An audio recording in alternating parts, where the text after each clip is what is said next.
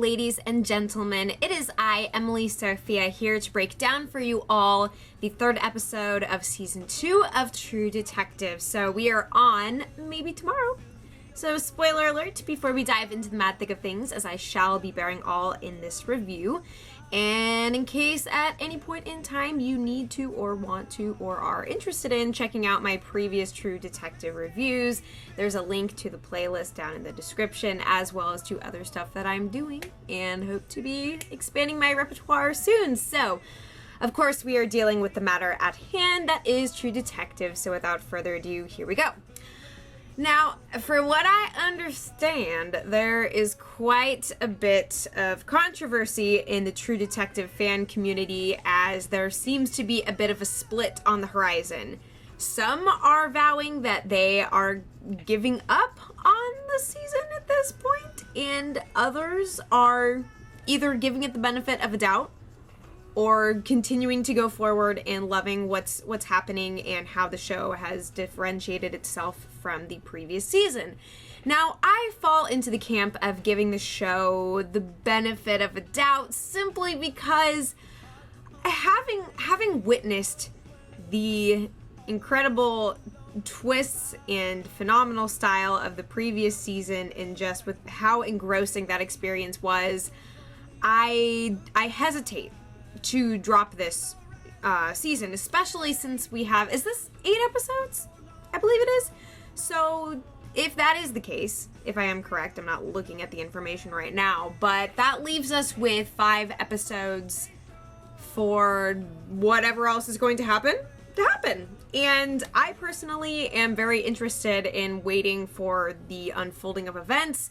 I think that we're still kind of at the tip of the iceberg at this point. And I would not feel good about saying like, oh, this isn't good enough. Oh, I'm not loving this as much as I did the previous season, whatever. I personally am not feeling like I can leave this behind. So that's where I am at with things. And I would like to begin this review in full by discussing my favorite moment from the episode, which I imagine might be your favorite episode too. Simply on the basis of style and surrealism, which I have fallen in love with more recently in Hannibal. But that opening sequence, man, I mean, this is an episode that was sandwiched with, I mean, the 2 loaves were the big bangs of the episode. And then you get the meat and lettuce and tomatoes and condiments all in the middle of different casework, police work. Everybody's trying to do their best, having problems, moody drama.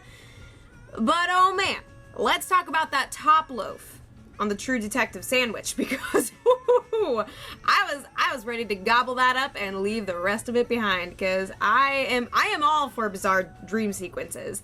One of my favorites to date actually took place in the first season of Dexter. If y'all remember, like, the blood rain scene, and he goes into his apartment and things transpire. I won't spoil that for you if you have not seen that show before, but go watch at least the first 4 seasons of Dexter.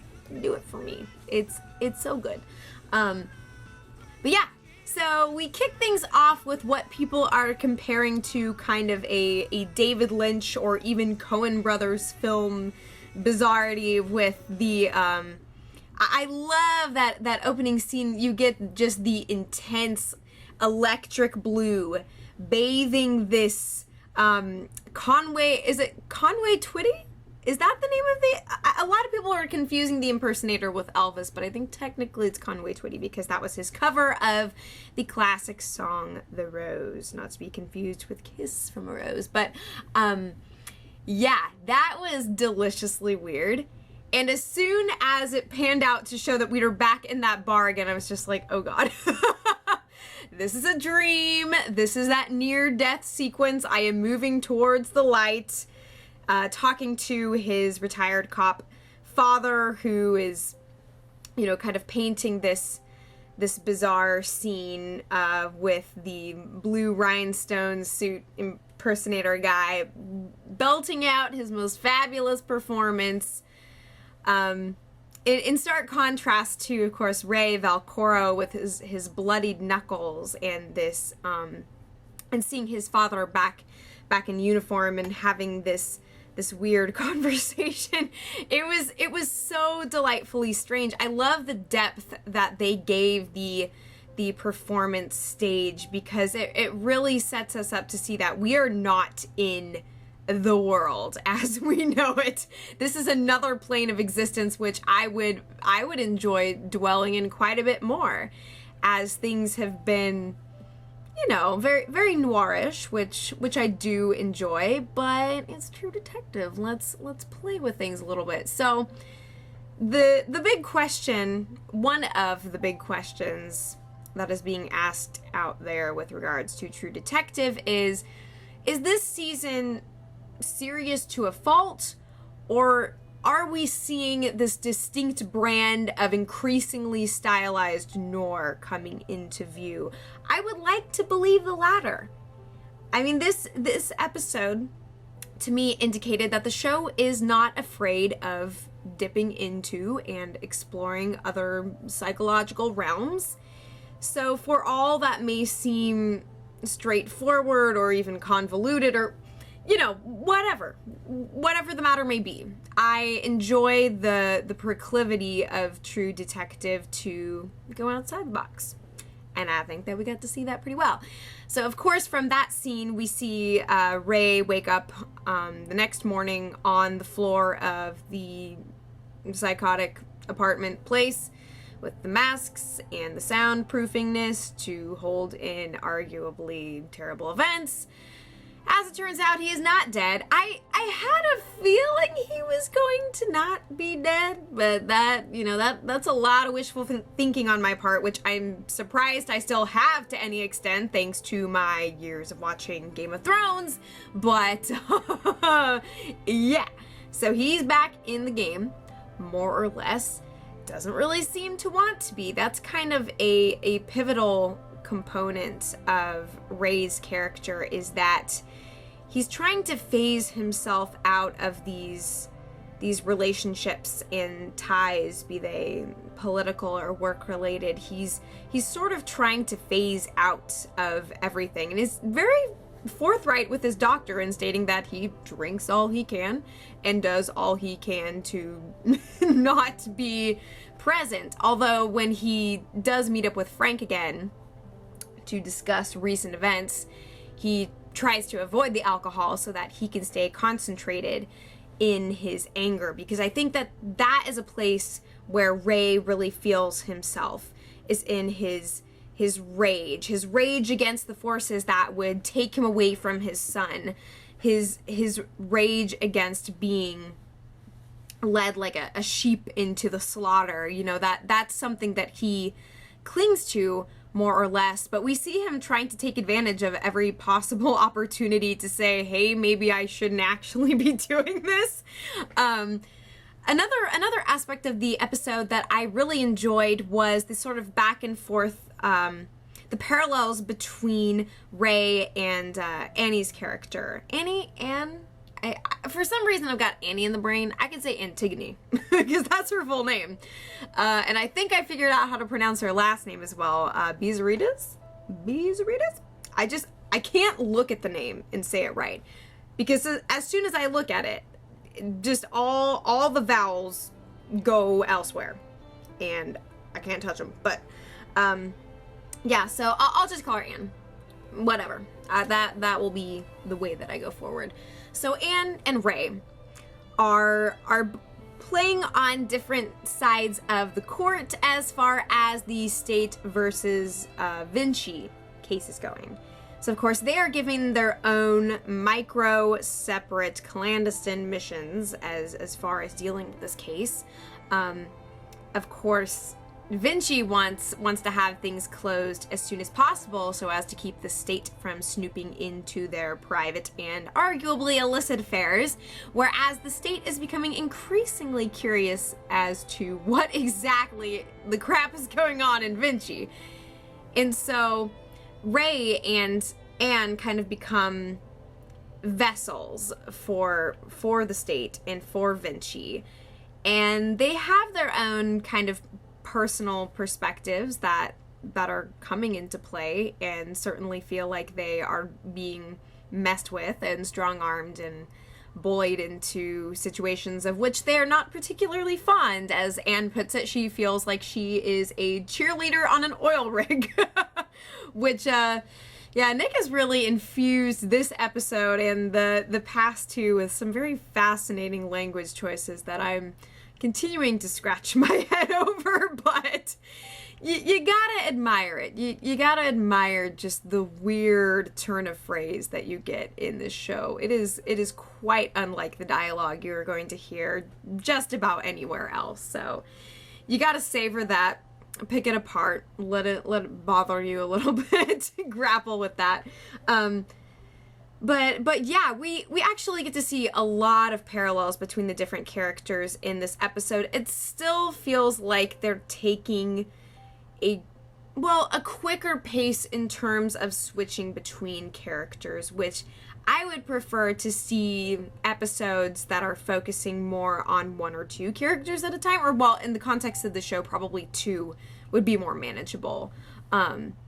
Like if they had a 10 episode run, again, I think it's 8, maybe I'm wrong. I'm sorry if the numbers are scrambled in my mind, but I would say like a couple more episodes, but take your time with the characters.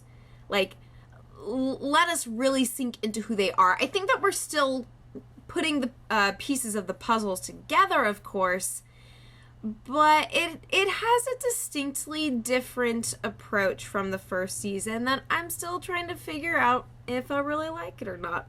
I don't know if it is jiving with me as much. I hope that if the show does continue from here, that we might get to see another season of maybe 2 characters, because I just enjoy that form of focus. I like to really just bore into whoever is on the screen and embody that. But yeah, we continue to see a lot of ties drawn between these disparate people who are working from all different kinds of angles of the law, or in the case of Frank, outside of it. But at the same time, they're facing this strange and broad enemy that is kind of ambiguously threatening all of them, and there's this increasing sense of ominous as they press forward, and cars are getting blown up and hookers are disappearing and freaking animal masks are on parade. Like, what exactly is going on here? Whatever it is, it seems pervasive enough to engulf all of these different individuals, and I think that is something that is going to be a major point of intrigue for the rest of the season, and hopefully continues to become more interesting. Yeah, so I would say that Colin Farrell's performance with Ray Velcoro continues to be my absolute favorite. The character of Anne continues to be so stark and austere, and it's hard to really get any humor out of her character, which I think that's something that I'm starting to grasp for. I'm just like, I want to like laugh at something. Maybe I came to the wrong show. I want to go back and watch Better Call Saul, actually. That was a great premiere season that I would highly recommend, whether you've seen Breaking Bad or not. That is a fantastically done show.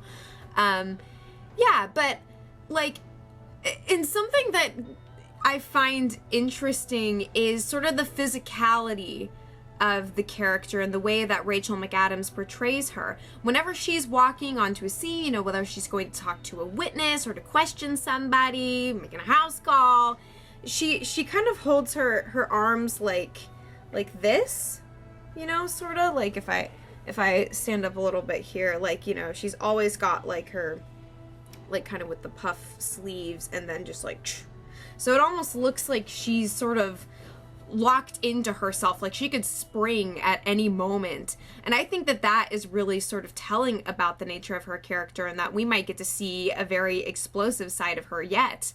We get to see her very coldly tell off her boyfriend in the office, who has some not so savory words for her in return, to which she says, keep that up and you're gonna need a little baggie for your teeth, which, as it turns out, guess who ends up coming home with a fistful of teeth at the end of the episode? that being Frank. So there's lots of very intricate little parallels that I think shows that the writing is there's a lot of intentionality behind it and a lot of interest in exploring the ways that these characters intertwine, which is what I wanted to see. We'll just see where it goes. I am continuing to be as open as possible to what the show is going to throw at me. If the opening little montage at the beginning of this episode is any indication of the interestingness to come, then I'm getting on board. I am catching a ticket for that train. So I think before going into any of the other characters, I do have to state that I think my least favorite performance is actually that of Vince Vaughn. And I sort of figured out why that is because I was really rooting for him. When I heard about his casting, I was a bit perplexed, but also open simply because of what the show did for Matthew McConaughey's on-screen acting career.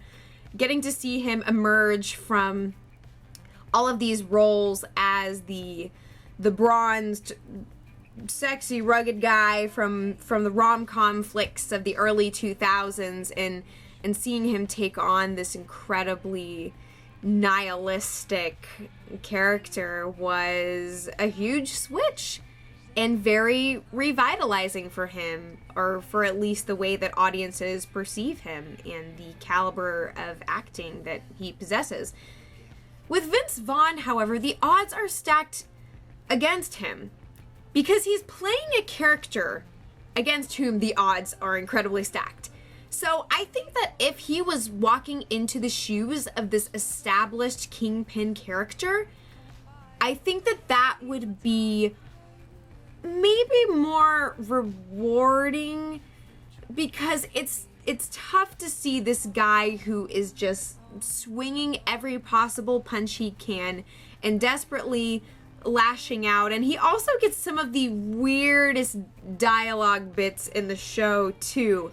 So there's this sense of feverish anxiety and all these little poetic bits that are just kind of frothing up from him at any given moment. And it's such a perplexing experience to get to see what's the deal with Frank. What's going on with this dude? And again, as far as the parallels go, he's got an issue in the impotence department as well, which is similar to the state in which we first encountered Paul, although we see that there are other things sexually that are compounding his situation in the bedroom. Now, with Frank, of course, he is lashing out against his inability to produce an heir and his inability to expand and legitimize his business, to the point that he is kind of going back to ground zero where he started, tearing up the dance floor, beating up brothel owners in the back room. You know, it's getting a little grisly for him. But yeah, it's just, I guess it's really strange to see this actor who nobody really would have anticipated for this form of role, and then the character himself is really struggling. So you're kind of trying to work through all these layers, and I don't know how I feel about it, but maybe some of you might kind of see where I'm coming from. I don't know, because I know some people were actually really praising his performance, and I don't think he's doing a terrible job. It's just plain weird. He's just on a very different he's in a very different place from any of the other characters in the show. It's one of those, like, one of these is not like the other situations, it seems like, to the point that he almost is sticking out like a sore thumb. But it's interesting at the same time. And because of how weird it's been so far, I'm willing to bet that perhaps things are going to take a crazy twist and he's gonna deliver a knockout performance, like, that's gonna punch me right in the grill. and I'll be spitting out teeth by the end of this season. You know, I am up for whatever. I am more than willing, and in fact desire to be totally surprised and blown out of the park. But yeah, so he feels more like the weak link at this point. But it's interesting because it parallels the state that his character is in. You know, he's trying to establish a family line. He's trying to actually make something that he could potentially leave for this as of yet unconceived offspring, and his wife is doing her damnedest to make that happen. And there's a lot of boxes to stack, and none of them seem terribly stable. So yeah, we get to see Vince throw down some serious punches, and it feels kind of funny. It feels kind of funny to watch. I don't know. As for Paul Woodrow, with Taylor Kitsch at the helm of that character, there's a lot of people that are actually kind of criticizing the way that the gay subplot has been dealt with in the season. And a lot of people also did call the fact that he is closeted and all those things. We get that confirmed in a pretty big way in this episode when he reconvenes with one of his buddies from the war. Turns out that they had a bit of a private, secluded time together when they got isolated from the rest of their squad, and that arguably certain intimacies occurred, and that is also something that Paul is violently lashing out against. So we see a lot of lashing out in this episode against like insecurities on the sexuality front, against just a lot of things. There's a lot to break down that I think is really cool and well done, and that is keeping me from feeling like, oh, I'm gonna give up on the show. A lot of intricacies that I hope the show gets credit for, and that other people are talking about in the world.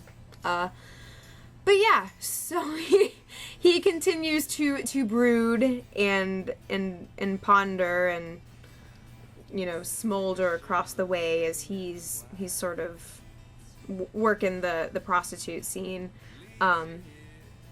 But yeah, it's interesting to kind of to see the context in which this character is set and to understand why he's been having these intimacy issues, and that it's like he's running from intimacy itself because he can't be honest in this regard. In fact, he wants to get back to highway patrol as soon as he possibly can. I think simply to be in motion, to be physically running from his problems. Yeah, and we also see, who am I forgetting? Talked about Ani, Paul. I think we kind of touched on everybody. Let me know if there's someone I completely misplaced. But yeah, so the episode's range is pretty broad. You know, we go from this, like, end of civilization revenge flick film set to the weirdness of the Chessani mansion, Chessani being the mayor at Vinci. There's a lot that seems really kind of disjointed and broad at this point, but I think it's all going to come together. The chess pieces are in motion at this point. I said that in my Hannibal review recently as well. Yeah, and so we get at the very end, of course, we see too that Ray is dealing with the custody battle with his ex-wife, and she attempts to give him $10,000 as sort of an incentive to shoo himself away. She's been talking to detectives, but just as Frank himself is not backing down and is going to do everything that he can to take on what he's been aiming to. In that same vein, I think the only thing that's keeping Ray alive is the need to be there for his son, and I think that's really admirable. He's kind of given up on really pursuing and substantiating a relationship with his father, who kind of doesn't really recognize what what Ray's doing is legitimate. So there's a lot of cool moving pieces. Again, a lot that's keeping me interested, and I think is going to continue to get me more interested as time goes on. So now, Anne and Ray just attempted to chase the masked car arson guy through the homeless camp into the woods.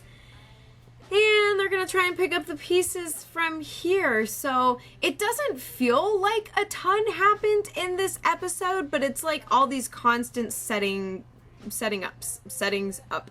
I can't think of what the grammar is at the moment, but yeah, it's enough to keep me pondering. It's enough to keep me sort of chewing on the action that we've gotten so far. So please leave all of your thoughts and reactions, perspectives in the comments. Are you going to stick with the show? If you do, I'm going to be here through until the end. And yeah, I hope that there's another season, but let's deal with what's in front of us in the here and now at this point. Yeah, so anything that I completely forgot to mention, please bring it to my attention below. Discuss among yourselves. I'll respond to comments if I get the chance. And yeah, other reviews are coming on the horizon. So thank you guys super much for tuning in. And as always, I will be back before you know it. I had it all inside.